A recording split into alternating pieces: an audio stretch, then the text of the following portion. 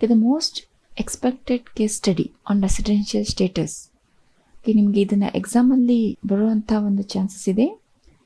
ಇದನ್ನು ನೀವು 15 ಮಾರ್ಕ್ಸ್ಗೆ ಎಕ್ಸ್ಪೆಕ್ಟ್ ಮಾಡ್ಬೋದು. ಓಕೆ, ಕ್ವಶನ್ ನೋಡೋಣ. Mister Murugan, a cricketer of Sri Lanka, provides you the following information for the previous year 1920. So, agriculture income from Sri Lanka rupees 60,000, of which half amount is received in India. So agriculture income ಅಂದಿದ್ದಾರೆ. So Indian agriculture income ಅಲ್ಲ, ಇದು ಶ್ರೀಲಂಕಾದ agriculture income. So ಇದು taxable ಆಗುತ್ತೆ. Half of which received in India ಅಂದರೆ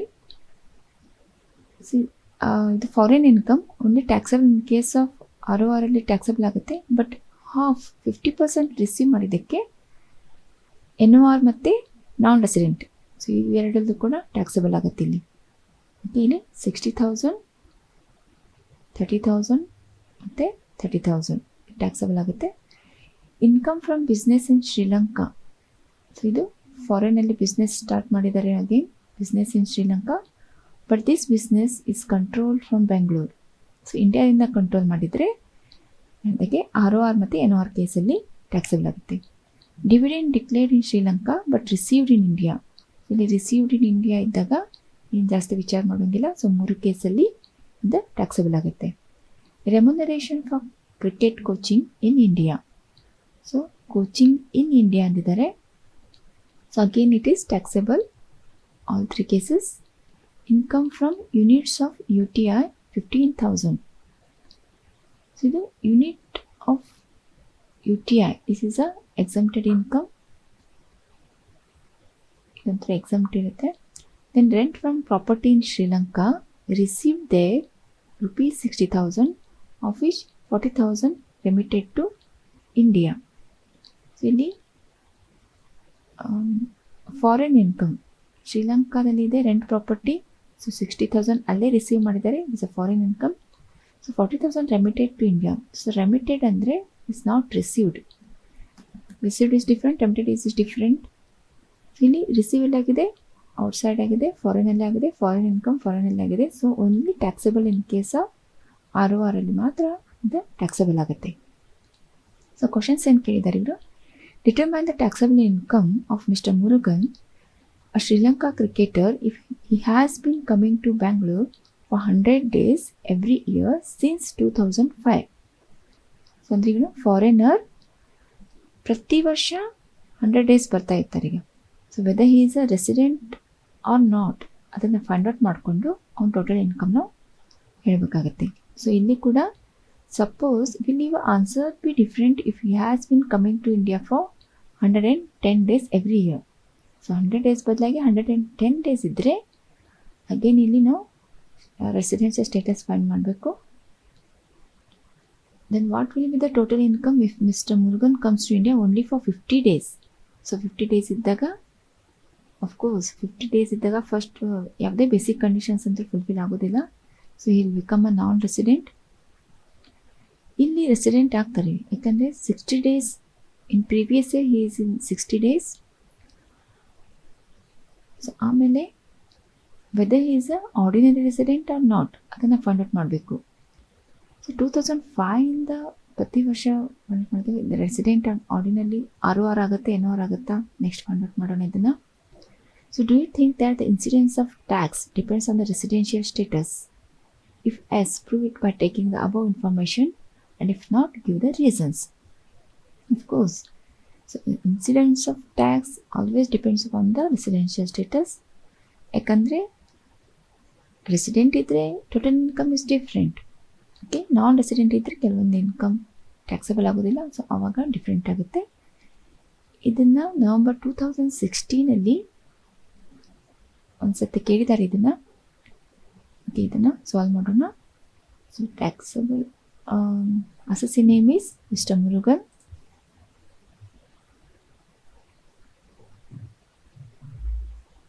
Computation of total income for the assessment year 2020-21. So ಇಲ್ಲಿ NR ಇದೆ, ROR, NOR 3 ಕೂಡ ಇಲ್ಲಿ ಬರೋ ಹಾಗಿದೆ. ಸೊ ಮೂರು ಇದರಲ್ಲಿ ಫಸ್ಟ್ ಕ್ಯಾಲ್ಕುಲೇಷನ್ ಮಾಡೋಣ, ಆಮೇಲೆ ಇದೇನು ಕ್ವಶನ್ಸ್ ಕೇಳಿದಾರಲ್ಲ ಇದಕ್ಕೆ ಆನ್ಸರ್ ಮಾಡ್ತೀವಿ. ಸೊ ಫಸ್ಟ್ ಏನಿದೆ ಇಲ್ಲಿ, agriculture income from Sri Lanka 60,000 of which half amount is received. So ಮೊದಲು ಹೇಳಿದಾಗೆ is a foreign agriculture income is taxable. So foreign ಇದ್ದಿದ್ದಕ್ಕೆ only resident and ordinary resident ಕೇಸಲ್ಲಿ ಮಾತ್ರ ಟ್ಯಾಕ್ಸಬಲ್ ಆಗುತ್ತೆ. ಸೊ 50% ರಿಸೀವ್ಡ್ ಇನ್ ಇಂಡಿಯಾ ಇದ್ದಿದ್ದಕ್ಕೆ not ordinary resident ಮತ್ತು non resident. So first one, agriculture income from Sri Lanka 60,000 rupees, of which half amount is received in India. So ಇದು foreign agriculture income. Foreign agriculture ಇದಕ್ಕೆ resident and ordinary resident ಕೇಸಲ್ಲಿ ಮಾತ್ರ ಇದು taxable ಆಗುತ್ತೆ. So 50% receive ಮಾಡಿದ್ದಕ್ಕೆ ಬಾಕಿ 2 ಕೇಸಲ್ಲಿನೂ ಕೂಡ ಇದು ಟ್ಯಾಕ್ಸಬಲ್ ಆಗುತ್ತೆ, ಓನ್ಲಿ 50%. ಸೊ ಇಲ್ಲಿ agriculture income from Sri Lanka half of which is received in India. So ಇಲ್ಲಿ ರೆಸಿಡೆಂಟ್ ಆ್ಯಂಡ್ ಆರ್ಡಿನರಿ ರೆಸಿಡೆಂಟ್ ಕೇಸಲ್ಲಿ taxable amount is 60,000. So 50% received in ಇಂಡಿಯಾದಕ್ಕೆ NOR ಕೇಸಲ್ಲಿ 30,000 is taxable and non resident ಕೇಸಲ್ಲಿ ಕೂಡ 30,000 ಟ್ಯಾಕ್ಸಬಲ್ ಆಗುತ್ತೆ. Okay, second one, income from business in Sri Lanka 80,000. This business is controlled from Bangalore. So ಇದು foreign business but control from India ಇದಕ್ಕೆ ಎರಡು ಇದರಲ್ಲಿ taxable.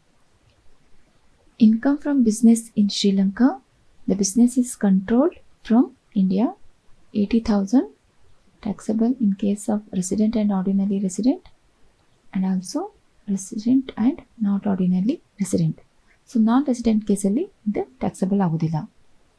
Okay, third one, dividend declared in Sri Lanka but received in India.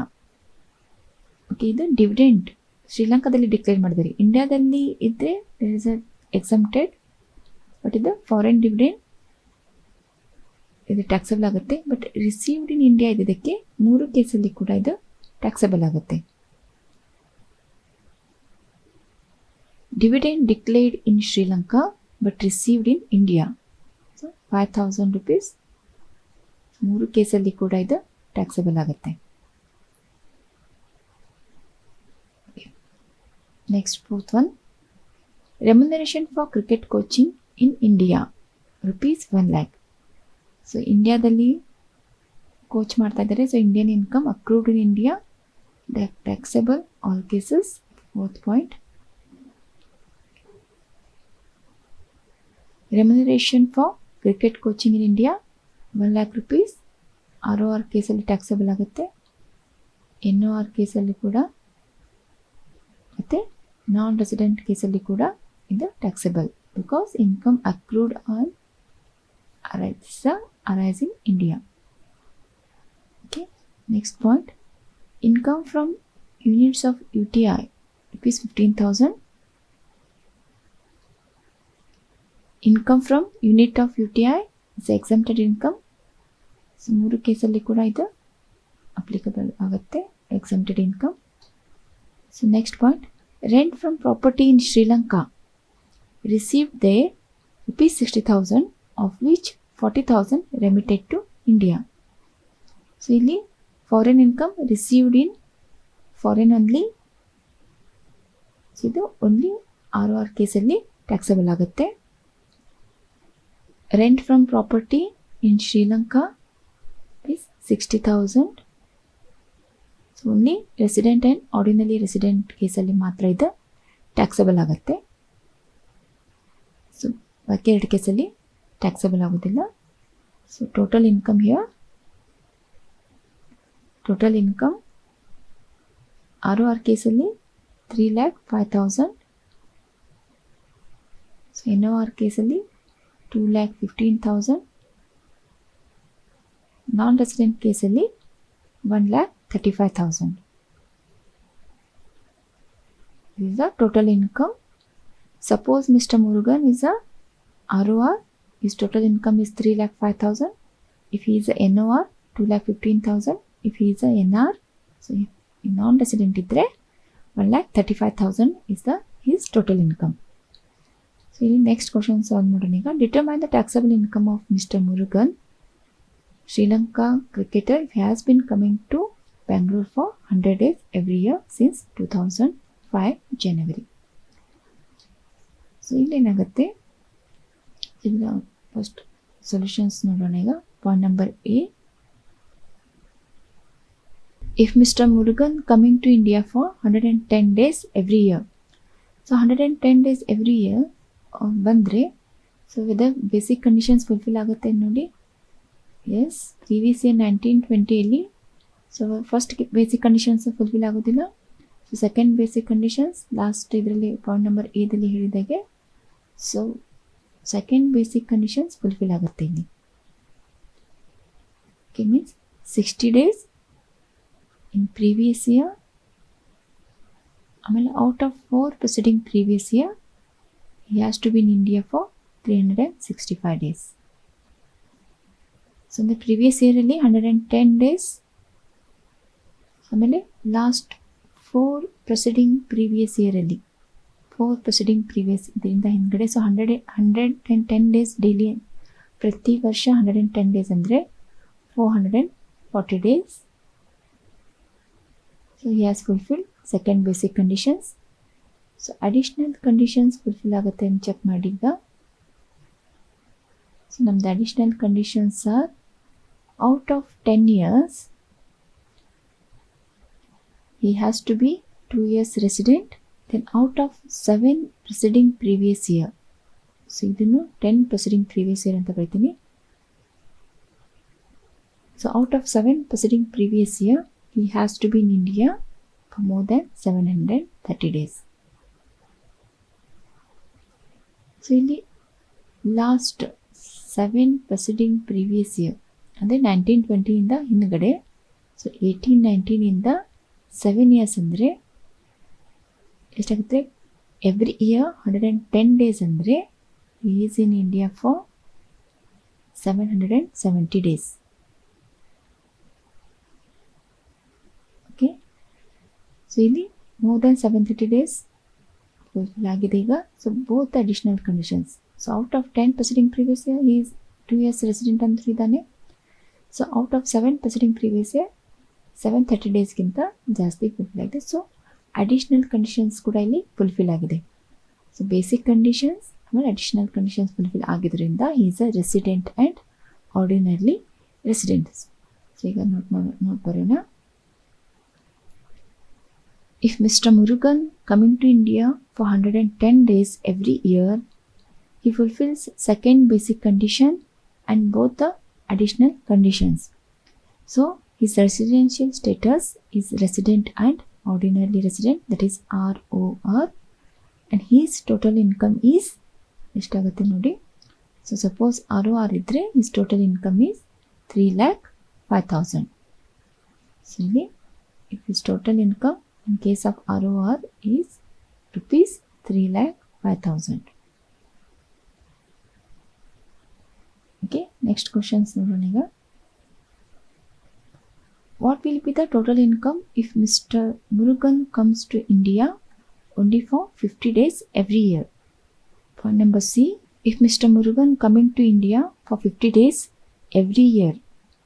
So 50 days every year ಅಂದರೆ ಇಲ್ಲಿ previous ಇಯರಲ್ಲಿ so less than 60 days ಇನ್ನು ಇಂಡಿಯಾದಲ್ಲಿ ಇರ್ತಾನೆ. ಸೊ ಫಸ್ಟ್ ಅಂದರೆ ಇದು ಬೇಸಿಕ್ ಕಂಡೀಷನ್ನೇ ಫುಲ್ಫಿಲ್ ಆಗೋದಿಲ್ಲ, ಸೆಕೆಂಡ್ ಬೇಸಿಕ್ ಕಂಡೀಷನ್ನು ಫುಲ್ಫಿಲ್ ಆಗೋದಿಲ್ಲ. therefore he is a non-resident. If Mr. Murugan coming to India only for 50 days, he doesn't fulfill any of the basic condition, therefore he is a non-resident and his total income is rupees. So ಎಷ್ಟಾಗುತ್ತೆ non resident ಕೇಸಲ್ಲಿ only 1,35,000 is total income. 1,35,000. Okay, next questions ಏನು ಕೇಳಿದ್ದಾರೆ, last one. Do you think that the incidence of tax depends on the residential status? Yes. So prove ಮಾಡಬೇಕಂತೆ. So ಇದನ್ನು ಟೇಬಲಲ್ಲಿ ಹಾಕಿ prove ಮಾಡೋಣ. ಈಗ point number D, yes the incidence of tax depends upon the residential status of the person. ಇದನ್ನು prove ಮಾಡಬೇಕಂದ್ರೆ ಈಗ ನೋಡಿ, ಈಗ ಸಪೋಸ್ ಮಿಸ್ಟರ್ ಮುರುಗನ್ ಎಷ್ಟು ಬಂದ ಇಲ್ಲಿ ಇಂಡಿಯಾಕ್ಕೆ, every year 110 days, every year 110 days ಬರುವಾಗ ಈ ರೆಸಿಡೆನ್ಷಿಯಲ್ ಸ್ಟೇಟಸ್ ಏನಾಗಿತ್ತು, NOR ಆಗಿತ್ತು. ಆಮೇಲೆ ಒಂದು ಇನ್ಕಮ್ 2,15,000. ಆಮೇಲೆ ಸೆಕೆಂಡ್ ಕೇಸಲ್ಲಿ ಏನಾಯಿತು, 110 ಡೇಸ್ ಎವ್ರಿ ಇಯರ್ ಬಂದರೆ ಸೊ ಈ ರೆಸಿಡೆನ್ಷಿಯಲ್ ಸ್ಟೇಟಸ್ ಚೇಂಜ್ ಆಯ್ತು ಇಲ್ಲಿ. ಸೊ ಇಲ್ಲಿ 6,000 ಆಯಿತು. ಟೋಟಲ್ ಇನ್ಕಮ್ ಕೂಡ ಚೇಂಜ್ ಆಯ್ತು ಇಲ್ಲಿ 3,05,000. ಸೊ ಆಮೇಲೆ ಥರ್ಡ್ ಕೇಸಲ್ಲಿ ಸಪೋಸ್ ಅವನು 50 ಡೇಸ್ ಇಂಡಿಯಾಗೆ ಬಂದರೆ ಅಂದರೆ ಪ್ರತಿ ವರ್ಷ ಅವ್ನ ರೆಸಿಡೆನ್ಷಿಯಲ್ ಸ್ಟೇಟಸ್ ಏನಾಯಿತು, ನಾನ್ ರೆಸಿಡೆಂಟ್ ಆಯಿತು. ಸೊ ನಾನ್ ರೆಸಿಡೆಂಟ್ ಆಗಿದ್ದಕ್ಕೆ ಅವ್ನ ಟೋಟಲ್ ಇನ್ಕಮ್ ಕೂಡ ಕಡಿಮೆ ಆಯಿತು, 1,35,000. ಓಕೆ, ಅಂದರೆ ಇಲ್ಲಿ ಏನಾಗುತ್ತೆ, ಇಲ್ಲಿ ಪ್ರೂವ್ ಆಯಿತು. ಸೊ ರೆಸಿಡೆನ್ಷಿಯಲ್ ಸ್ಟೇಟಸ್ ಚೇಂಜ್ ಆದಂಗೆ ಸೊ ಟೋಟಲ್ ಇನ್ಕಮ್ ಕೂಡ ಇಲ್ಲಿ ಚೇಂಜ್ ಆಗುತ್ತೆ. ಸೊ ಇದನ್ನು ಟ್ಯಾಕ್ಸ್ ಕೂಡ, ಟೋಟಲ್ ಇನ್ಕಮ್ ಮೇಲೆ ಟ್ಯಾಕ್ಸ್ ಕೂಡ ಡಿಪೆಂಡ್ ಆಗುತ್ತೆ ಇದೆ ರೆಸಿಡೆನ್ಷಿಯಲ್ ಸ್ಟೇಟಸ್ ಮೇಲೆ. Okay, it's a very important question the exam point of view. ಇನ್ನೊಂದು ಸರ್ತಿ ಹೇಳ್ತಾ ಇದ್ದೀನಿ, ಇದನ್ನು ಚೆನ್ನಾಗಿ ಪ್ರಾಕ್ಟೀಸ್ ಮಾಡಿ.